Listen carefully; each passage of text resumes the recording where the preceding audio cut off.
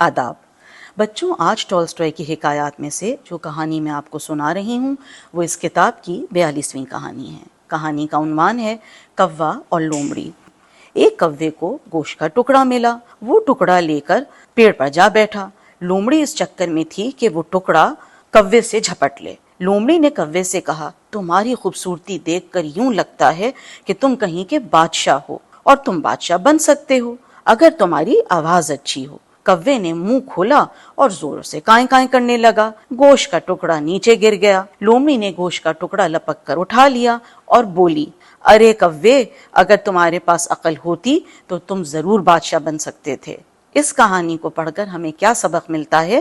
ہمیشہ عقل کا استعمال کرنا چاہیے، اور کوئی جھوٹی تعریف کرے تو اس پر خوش ہونے کے بجائے یہ غور کرنا چاہیے کہ جھوٹی تعریف کیوں کی گئی ہے۔ اب یاد رکھیے گا بچوں کہ جھوٹی تعریف پر خوش نہیں ہونا۔ یہ کہانی اگر آپ کو اچھی لگی ہو تو بتائیے گا ضرور۔ بہت شکریہ۔